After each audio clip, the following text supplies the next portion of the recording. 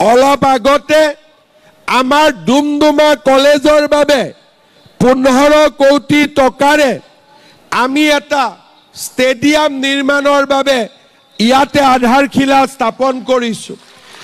ডুমডুমা ফিল্ডত মই বহুতবাৰ মিটিং কৰিছোঁ। ডুমডুমা নগৰৰ ফিল্ডখনত এটা ইনডোৰ মাল্টি কমপ্লেক্স বনাবৰ বাবে আজি আমি 16 কোটি টকাৰে ইয়াত আধাৰশিলা স্থাপন কৰিছোঁ। চাহ বাগিচাৰ 24খন হাইস্কুলৰ বাবে আজি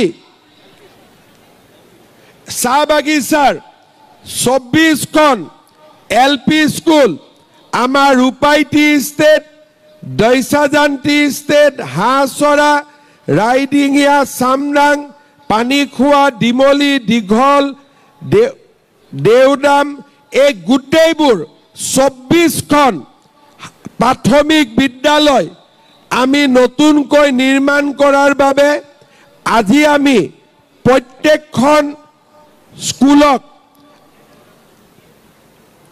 আমি আজি 21 লাখ টকাকৈ সৰ্বমুঠ 21 কোটি টকা 24খন স্কুলত এখন স্কুলে 1 কোটি টকাকৈ পাব, তাকো LP স্কুল।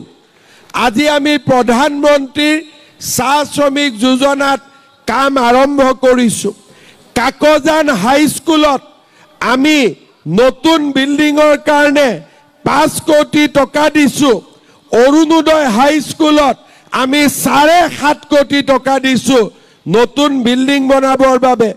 ডুমডুমাত যি বানপানী চহৰত সমস্যা আছিলে, ডুমডুমাৰ বানপানীৰ পৰা ডুমডুমাক ৰক্ষা কৰিবৰ বাবে 24 কোটি টকাৰ আমি আঁচনি দিছোঁ। আৰু ডুমডুমা সমষ্টিৰ গাঁও অঞ্চলৰ বিভিন্ন ফ্লাড প্ৰটেকশ্যন স্কিমৰ কাৰণে আজি আমি 27 কোটি টকা আমি মুকলি কৰি দিছোঁ। আমাৰ মাকুমটো ৰূপাই চাইডিং NH অল্ড যিটো এটি ৰোড আছিলে, এই ৰাস্তাটোক নতুনকৈ নিৰ্মাণ কৰাৰ বাবে, সুন্দৰ কৰি নিৰ্মাণ কৰাৰ বাবে আজি আমি 60 কোটি টকাৰ আঁচনি ইয়াতে মুকলি কৰি দিছোঁ। আৰু ডুমডুমা নদীৰ ওপৰত অল্ড এটি ৰোডত ডুমডুমা নদীৰ ওপৰত দলং এখন বনাবৰ বাবেও আজি আমি 8 কোটি টকাৰ কাম আৰম্ভ কৰিছোঁ। আপোনালোকে চিন্তা কৰক, ডুমডুমাত আগতেও বহুত বিধায়ক আছিলে, কিন্তু এনেকৈ এখন মিটিঙতে 200 কোটি টকাৰ আঁচনি আগতে কেতিয়াবা হৈছিলে নেকি?